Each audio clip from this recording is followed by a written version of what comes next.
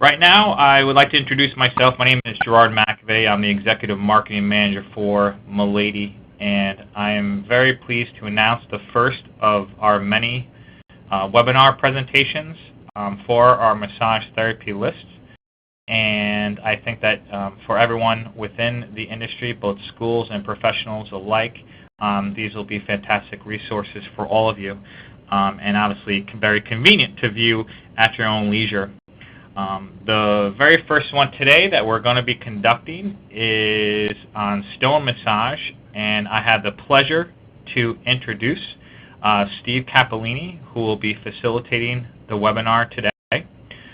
Steve is part of the Milady family. He is one of our fantastic authors.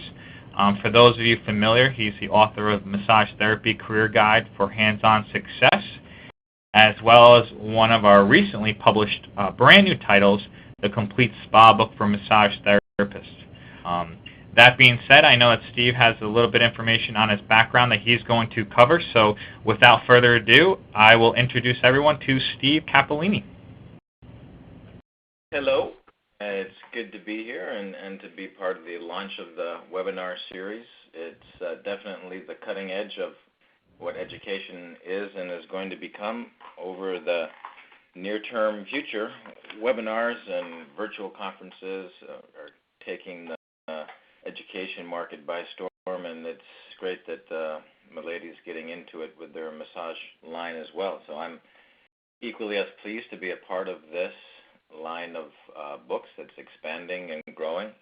And I just received a whole big shipment of Milady books that I'll be taking over to Nepal in next week and sharing with people in the only massage school in the country of Nepal. So your reach is broad and vast, and it's we're getting out there all around the world. So I'm excited to be a part of it. Today, I'm going to talk about one of the chapters that's in the book that I've just completed for Milady that Gerard was talking about, which is a book for massage therapists who want to or are planning to work in spas. And the spa world, as a lot of you are aware, is changing dramatically to the point now where it's no longer, spas are no longer places where people go for just pampering, quote-unquote, services. There's some really high-quality therapeutic work being done in spas by really high-quality therapists here in the U.S. and around the world. And so I'm glad to be a part of the educational process that brings people into the spa world and gives them some background and how to do that. And so this complete spa book for massage therapists is broken down into 4 different parts: about the background of spas, about hydrotherapy, and about advanced techniques, massage and body service techniques, of which stone massage is one, and then the final part about working in the spa industry. So I thought it would be illustrative and interactive and fun to take something from that third part and put it on the webinar to start out with. So we have something that a lot of people are familiar with already, stone massage, but talked about specifically from that point of view as to how it's applied in spas, how therapists can use stone massage in their practice, make their practice thereby more spa-like, how to do this in a generic way, not needing to follow the philosophy or particular guidelines of any one school of thought with stone massage, but just in general, what are the therapeutic applications, how does it work, what makes it work, and why it's good for your clients. So that's been the focus, my focus throughout this, all these chapters has been how the services, how the treatments actually work. And by work, I mean have a therapeutic effect, because a lot of times we can all agree that massage works to some degree, feel it. But there may be some questions in our minds when we ask ourselves or when someone else asks us, these spa treatments really work? Because there's a tendency to dismiss them as less therapeutic sometimes. And so stone massage, bridging the gap between massage and spa service, there in between, I think is a good example of something that we can point to showing how spa services actually do work.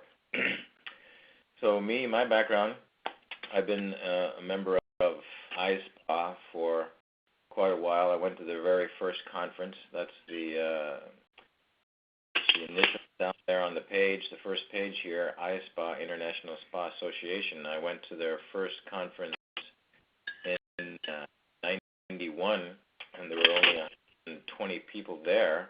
And this year I'll go to their conference in Las Vegas. There'll be over 3,000 people there because the spa industry has become so large in such a short period of time, and simultaneously has become the largest single employer of massage therapists. There's many different venues for massage people to find work, but the largest single sector that hires the most people, over 300,000 total people at this point, estimates of up to 100,000 massage therapists or high five figures, is the spa industry.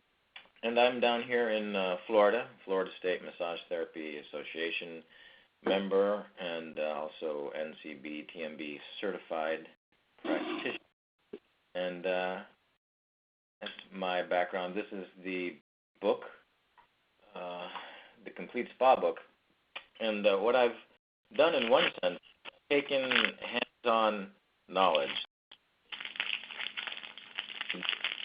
years from teaching thousands of massage to could I ask someone to put their phone on mute? I'm getting a very loud feedback from some papers rustling. Yeah, whoever's crunkling paper, if you could press *6, that'd be great, just to put your phone on mute if you wouldn't mind. Thank you very much. I've been a spa trainer, meaning I've sponsored and personally taught hundreds of workshops to thousands of therapists over a period of 20 years. Really grassroots, hands-on kind of stuff. How do you change a massage room into a spa room? How do you make a dry room set up so that you can offer just about all the services you can do in a great big luxury spa right there in your own massage practice?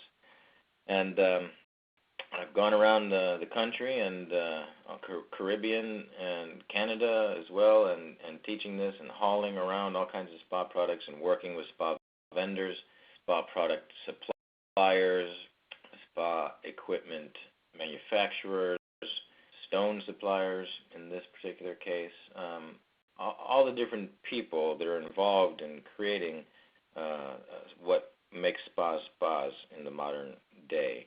I've worked with hands-on for years and years, and so that's what I'm bringing forward in a very simplified and also organized way in this book, and how therapists can do that for themselves and create a spa, an actual spa with very little investment, just an investment of time and study rather than a big investment of money and equipment. It was just some basic supplies that can put together a great operable spa. So that's what's in the book. And stones in particular, if you look at them kind of philosophically, are more than just rocks when they're used in this particular manner. They're the perfect medium to introduce healing change through temperature, pressure, and time. And those three things broken down. Obviously, temperature is crucial to get the stones, and I'll talk about that in a minute to what is the right temperature. These stones in particular are ideal mediums for the introduction of temperature to the human body because of how they're made. And they're made from the most common type of rock found on the Earth. In fact, the entire bed of the Earth's oceans, the entire ocean floor all around the Earth is made from this rock, and so it's by no means rare. It's called basalt, and it has, because of its ingredients, a very particular ability to retain heat over the long term and slowly let that heat dissipate. So it eases into your client's muscles over time and retains enough heat so that they're not cooling off too fast, but it does cool off fast enough so that they're not too hot when they're left on the skin. And I'll talk about some specific techniques for protecting the skin also here today. So that's the temperature. The pressure, they can be in different sizes and shapes, molded to the body, so with their own weight or the weight of the therapist, so that they can create a good kind of therapeutic pressure in the same sense that therapists use a good kind of pressure with their hands. Some deep, from everything from a light flowing effleurage to deep tissue, deep pressure. And time, which goes right hand in hand with the temperature, because the temperature is constantly changing over time. Just like if you drink wine and you appreciate the change of the wine over time after you've opened the bottle, the similar thing happens with the temperature of a rock over time once you apply it to the body.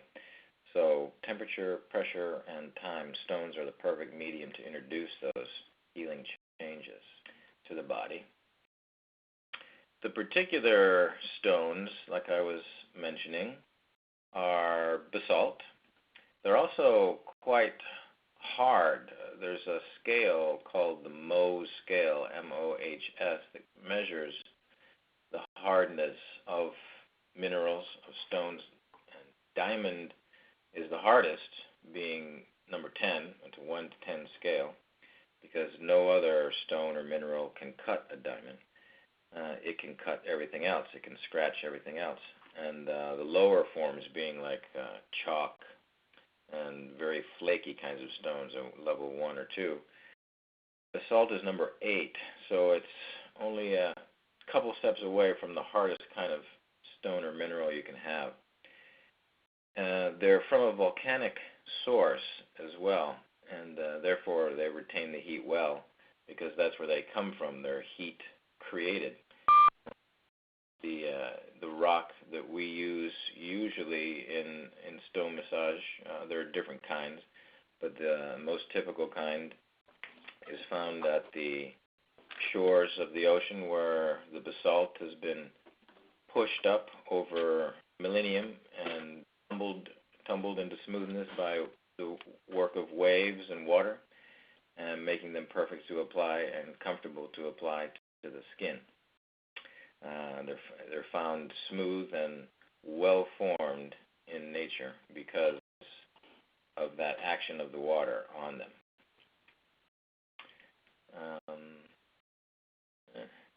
It's interesting to note that when rocks are formed this way, when they're extruded from the underground, from volcanic sources, from magma, and they're created on the surface of the earth, they are imprinted with the magnetic energy, magnetic field of the earth at the time that they were created.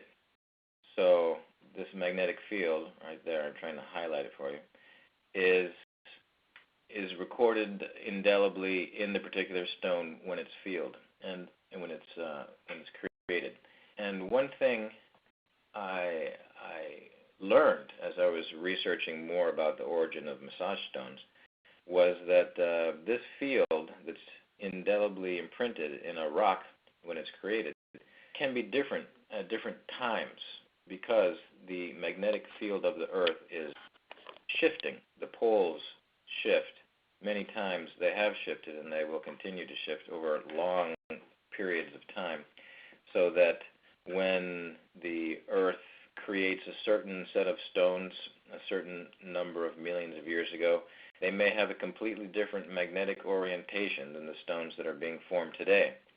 So that when you put them on the body, the way that the quartz crystals, the way that the energetic patterns of the stones are laid down in the rock itself can be, and often is, very different than the magnetic pattern that we experience just walking around on the earth every day today ourselves.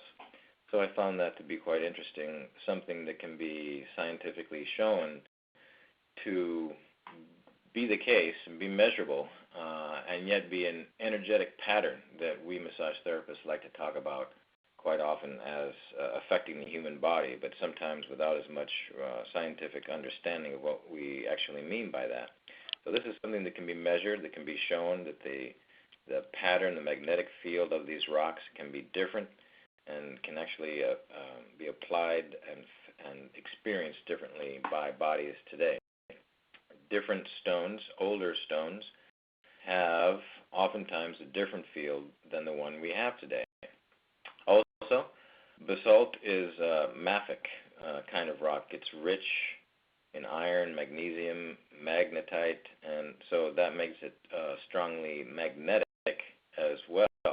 So anything that would affect the human body, if you've ever been inside any kind of electric or magnetic field, and you can feel it, and it can be shown that you can feel it. You're conducting magnetism and electricity all the time. These rocks are doing that for you because they have pretty strong magnetic field. In my spa classes, I often have people join hands in a circle and then make a final connection between two people with a small electrode that lights up, and only when all the hands are joined together in a circle will the electrode light up the light, because bodies are actually conducting electricity and biomagnetic and magnetic energy all the time. We call that paleomagnetism, the energy's effect on the bodies. So stones are actually having paleomagnetic earth magnetism effect on human bodies, which I find to be fascinating. And I love the way the stones have that effect on people. The particular kinds of stones that we use, there are dozens of different kinds, and they depend on a few different factors and parameters for people to choose which particular stone they're going to use at any given time during a treatment. And those parameters are the area of the body the therapist is going to access. Obviously, you use a different stone on the sacrum than you would between the big toe and the second toe. It just won't fit. The size of the client, because on two different sacrums you might have two different needs for different stones, depending on the amount of flesh on the client that you have there, and the amount of muscle, the amount of how large the client is, how big the surface area is where you can put the stones. Also, the size of the therapist's hands, one thing we don't think about sometimes, and a reason why you might consider customizing any stones that you use and picking them out specifically for yourself, is hands vary quite a bit in size, and stones vary also quite a bit, and you can have a whole set of stones that might be appropriate for one therapist but not for another. And also the modality being practiced, because different types of stone massage call for different types of stones. When you have a deep tissue massage using stones, you'd use a deep tissue stone tool, which would be a little bit more oblong, longer, penetrating, rather than a rounder, flatter surface. On to the next one. These are the effects. This is one of the illustrations made by a great illustrator I worked with in this spa book that I found his input and help invaluable to graphically show what's going on when you're working, in this case, with heat and cold with stones. So the effects, obviously, stones create a local heat benefit when you're using hot stones, and the heat benefits. You can see over here the heat penetrates in, so it does everything that heat does that we know about as massage therapists. Moves the blood towards the heat. The smaller arrows here, the blood is moving towards the heat. As the heat, the larger arrows penetrates in. So you have a heightened circulation.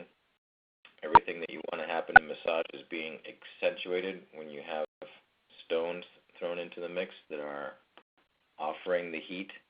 Once again, stones in a certain sense can be thought of similar to water in hydrotherapy, because the effect that's being caused in hydrotherapy is not so much just the water as it is the introduction of the heat or the cold through the medium of the water, and the same thing applies here. One of the biggest factors involved with the effectiveness of stone massage really is that it's a medium for the introduction of this temperature differential in the body. So when these hot stones are penetrating heat in and circulation's increasing, it's increasing circulation, it's relaxing those muscles, at least superficially, and having that sedative calming effect overall and on the nerves as the heat penetrates in. Cold stones, on the other hand, offer benefits of local cold, as it would be similar to an ice pack, drawing heat away from the body as the cold starts to seep in and the heat's drawn away.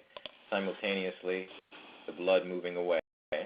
You can create retrostasis. You can create the hydrostatic effect, moving blood from one part of the body towards another. You can see that loop that's kind of formed from cold to hot, and that can be used therapeutically in stone massage as well, although it's not taken advantage of as much as it could be, by placing stones where you want circulation to move and placing cold stones where you want it to move away from. So in the case of headaches, for example, place some cold stones around the neck and drive the blood away, and hot stones at the feet to draw the blood towards the feet away from the area of congestion.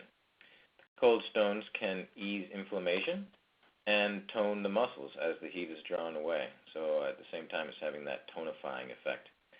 And when you have the hot and cold stones together, you're creating some nice contrast therapy. Next, safety and sanitation. This is something that I try to push home pretty firmly at all times as people get involved with something that could be potentially harmful, like the application of hot rocks to the skin. You really have to watch, and this is specifically something that's pointed out as well for instructors as they're going through this material and giving it to their massage class. The water temperature has to be monitored, ideally with one of the small thermometers that are submersed in the water. And that water temperature is typically 128 degrees is found to be an average, but it can go from 110 up to 140 max. And then, of course, you have to offer some kind of client protection along with that, often in the form of a towel, a sheet, some kind of fabric layer between the rock and the client to begin with, especially when people are just first coming into contact with the stone and they may be a little bit unprepared for the introduction of that heat or, in other cases, the cold. The stones and the implements used during stone massage need to be constantly cleaned and sanitized so that there's no danger of any kind of infection or transmission of bacteria, disease, or uncleanliness of any kind. So this means after every treatment, every stone that's ever been used needs to be wiped and sanitized, and at the end of every day, the entire setup, meaning the stone warmer and the water, needs to be changed, and the entire basin needs to be sanitized with disinfectant. And the depth of pressure with the stones is another safety concern. Some people get over-enthusiastic when they're first using the stone, so what's very important in the preliminary education phases of using the stones, and what I like to do with people, is spend a whole segment of the educational process just in feeling the various depths that can be achieved with the stones, from very light, no pressure, the weight of the stone, all the way to using it first in a very fleshy area like the gluteus, to show how it can penetrate in and how the heat can help with that. And so I have students trade back and forth just with feeling the stones before they try to do any particular maneuvers. The first thing they do is apply it and feel it and trade back and forth so that they're feeling what they're applying at the very same time. Next, the temperature I mentioned, between 110 and 140. Below 110, you're just not going to be warm enough to get the therapeutic effect, and above 140, it's going to be difficult to handle the stones. There are a few different techniques for making it easier to handle the stones, including pinning and flipping so that you change the surface side of the stone that's coming into contact with the skin on each pass over the body. You slide one surface of the stone over the skin. As you reach the end of a maneuver, turn it over as you bring it back towards you. Also, you can use something in between your hand and the stone if it's going to be a little hot and you're going to be keeping it in contact with your hand over a longer period of time. And you want to make sure by testing it on your own skin, because it can create some damaged tissue if it's too hot and left in direct contact for too long, a stone on the skin. So a good way to test that is to test it on the inside of your own forearm before application.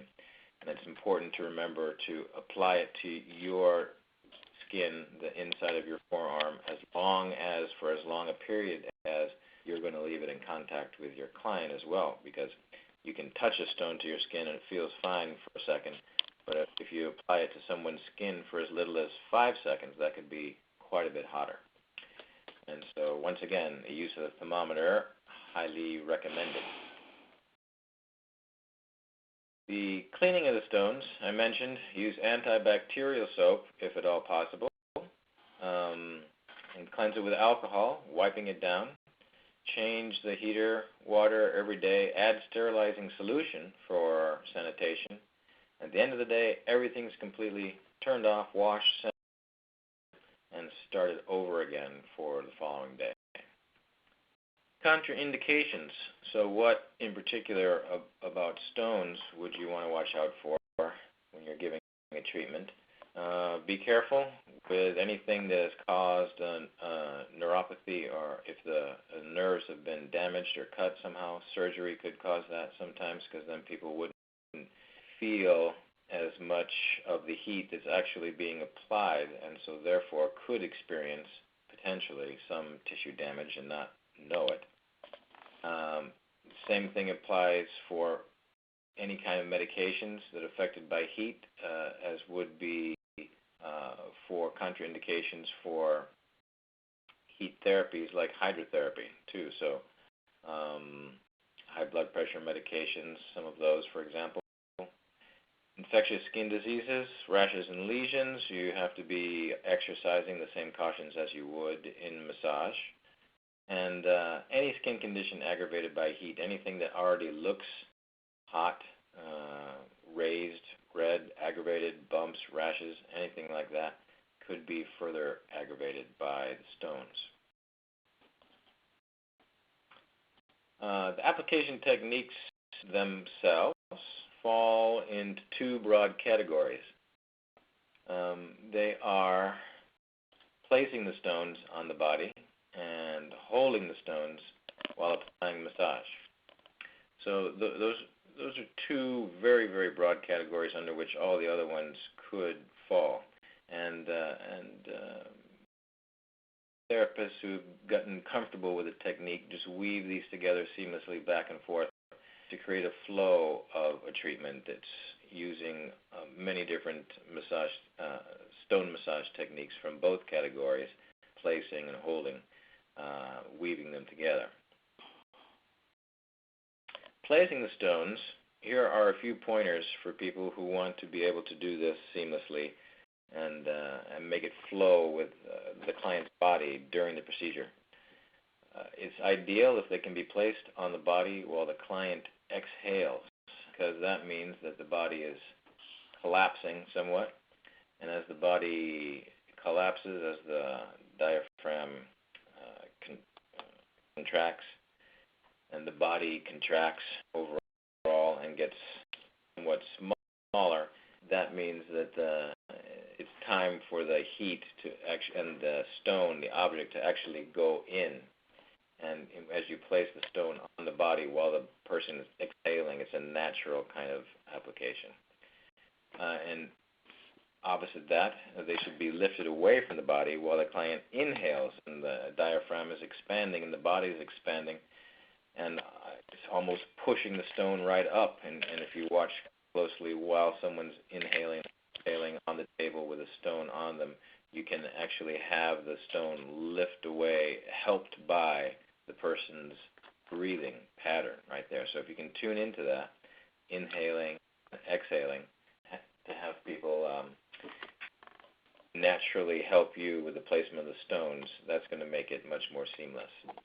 Also, a neat thing to do is tuck stones beneath the body at key locations. This is something I like to do. Some therapists get a little uncomfortable with it because it does take a little bit more focus and attention on the heat of the stone, because they're left in close contact with the body for a longer period when they're tucked underneath the for example, under the shoulder. When someone's face up, you can have a stone that's a palm-sized stone that can be tucked under a scapula and sink into the rhomboid muscle, while the heat of the stone helps to melt that any tension in the rhomboid muscle at the same time.